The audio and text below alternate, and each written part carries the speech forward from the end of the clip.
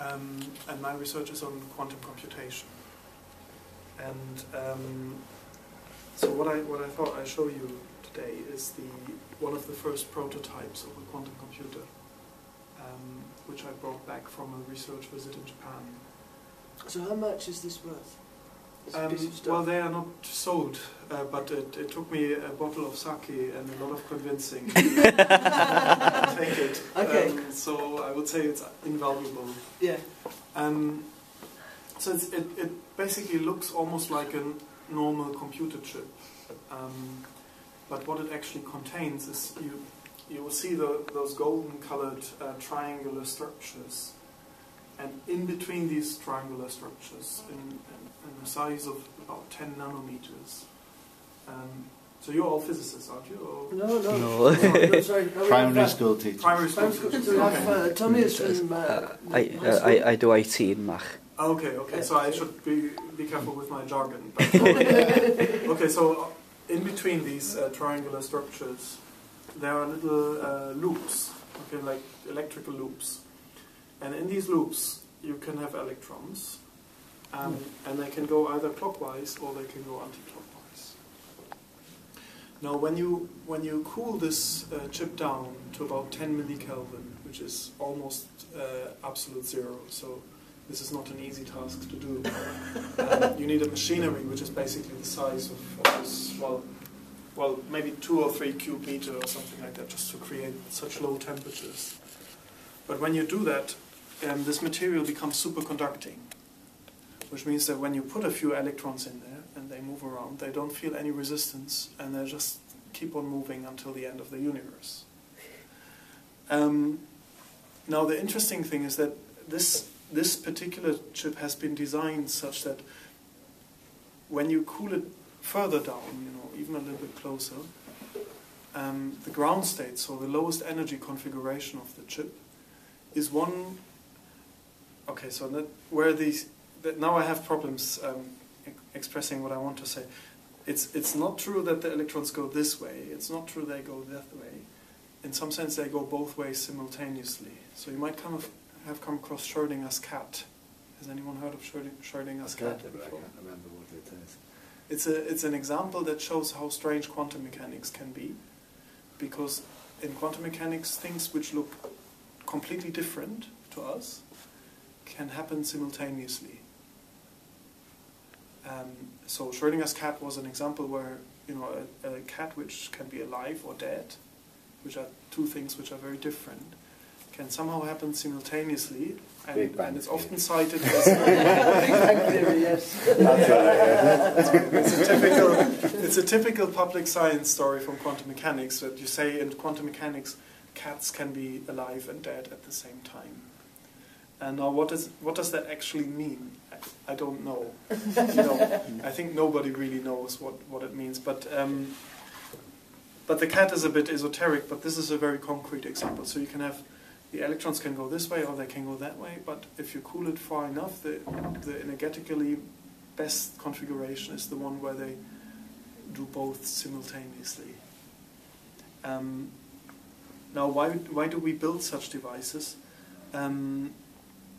Because we can build computers. So if we encode a logical 0 in this and a logical 1 in that, then when we cool it down, the configuration that we have is one representing the logical 1 and the 0 at the same time. Now, if you think, so these are 9 qubits. We call them qubits, quantum bits. So if you think about putting 9 of these, each of them represents 2 states, 2 possible configurations at the same time. So if you have 9 of them, they represent 2 to the 9 different configurations. Right? So 2, 4, 8, 16, 32. 2 billion. 2 billion? Okay. It's 2 to the 9, sorry. 2. It's big. It's already getting big. Yes. Yes. So if you could build a chip of the size of 100 qubits, which doesn't look very far from here, you could do a computation on it which would outrun a computer of the size of the Earth running for the lifetime of the universe. It would be that fast. So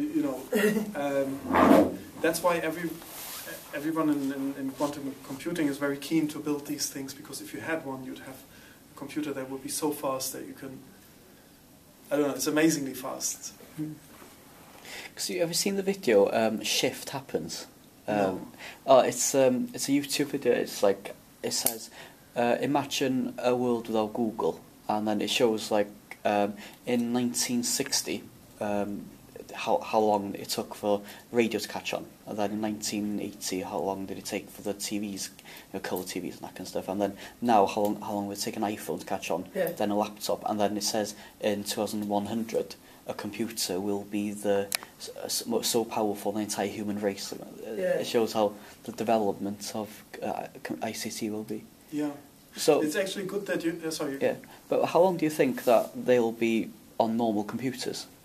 I think so. The strange thing is, and that is what, as a theorist, is the intriguing thing for me. We know they can outrun normal computers exponentially fast, but only on 3 very specific problems so far. And these specific problems are some problems that we don't really care about in daily life. One of them is searching big databases. Okay, so that is something that has an application, but not for us too much. One is cracking cryptography, which secret services might be interested in, but not us. And the other one is, let's say, simulating physics, which is something exciting for science, but it's not a daily problem on a computer either. So I would, unless we find out that there's more, and I believe there must be more, because it sounds weird to me that there's only 3. But so far we don't know. So far I can't say that you would have one of those machines with something. Yeah. If you had one, and you would install Microsoft Word on it, Microsoft Word would not run any faster. We can run anything on a quantum computer as well, anything that we can run on a normal computer, but it wouldn't run faster, so there would be no point. Now, if you ask me how long until we actually have one of these in a research lab of a reasonable size, I keep on saying 5 or 10 years, but I have said 5 or 10 years also 5 years ago. It's hard to estimate where. So you see, the chip has on each side it has 3 little triangular structures, and those are the electrical pins where you would connect to the classical world. And the problem is these quantum states that we're creating on the chip are incredibly fragile. In quantum mechanics, looking at a system can already destroy it. In classical world, if you were to open your computer, look what's the state of my hard drive at any given point, or what's the state of my processor, that would not be a problem for the computer. The computer would be happy to tell you. But if you open a quantum computer and you look into it, the quantum computer would just break down. So we have the problem that we need to. It's like the Schrodinger's cat is alive and dead until you check. Until you check, and exactly. It's exactly the same thing. Yeah. And it's even worse. It's enough if a single photon just comes by and just has a peek in. It's not. There's nothing special from a quantum physics point of view of a human brain or something like that. It's just enough if a single particle passes by. So there's a dilemma that we have in practice. How do we actually make these things? Ideally we'd like to keep the box closed, not look at it. But at the same time, we want to run an algorithm. We need to connect it to the external world. And so that's what makes it hard. At the moment, we have a lot of systems which are very clean, but you can't run algorithms on them. And then we have some on which you can run algorithms, but the algorithms are really noisy. And this balance is something that my personal research is about. So it's called control theory, how to do it in the best way, so to say, roughly speaking. Okay. But to answer your question, we're still waiting for something equivalent to the transistor. When the first computers came out, they were based on tubes, and they were clumsy and hard and difficult to build. But when the transistor came out, things started really becoming really fast. And so we need technological advance as well for this. Now, one interesting thing is you said that things get faster and faster in nowadays technology. Of course, they equally get smaller and smaller. And we're actually now in a situation where the classical machines that these guys build reach structures where quantum mechanics start to play a role. Yeah, quantum effects. So, for example, if you look at the memory on your computer, is one of the smallest size structures, and you get some currents which are not nicely contained. They move from one bit to the other, and these are tunneling currents. That's a quantum effect.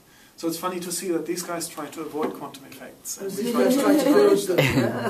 And so some people say that a quantum computer has to happen because they will break into the wall at some point where they can't get smaller. And massive industrial structure pressure, because our economy unfortunately relies on growth. Right? So if we don't manage to double the computers every 2 years, at some point the whole industry will probably collapse. And so there are some people who say the quantum computer will happen because of that. You buy a new computer every few years because it's much better than your old one. Yes. And if they suddenly stop... Yeah. But I mean, if you look at the history of science, it can take a while sometimes. For example, penicillin, I think, was invented about 30 years before it actually came on the market, and you would think that with a drug that can save so many lives, that would have been much faster. But people thought when penicillin was invented that this was impractical; they couldn't produce enough. So, if we talk about timescales of 20, 30, 40 years, that's still good. I'm not too worried about that. Because at the moment, the cost of ICT equipment and servers, and at the moment we've got 6 servers running the entire school, whereas it'd be it's mad. For example, if we use Sims for the registering of kids, but we can't, because of the way the software's been created. You can't put Sims on a virtual server.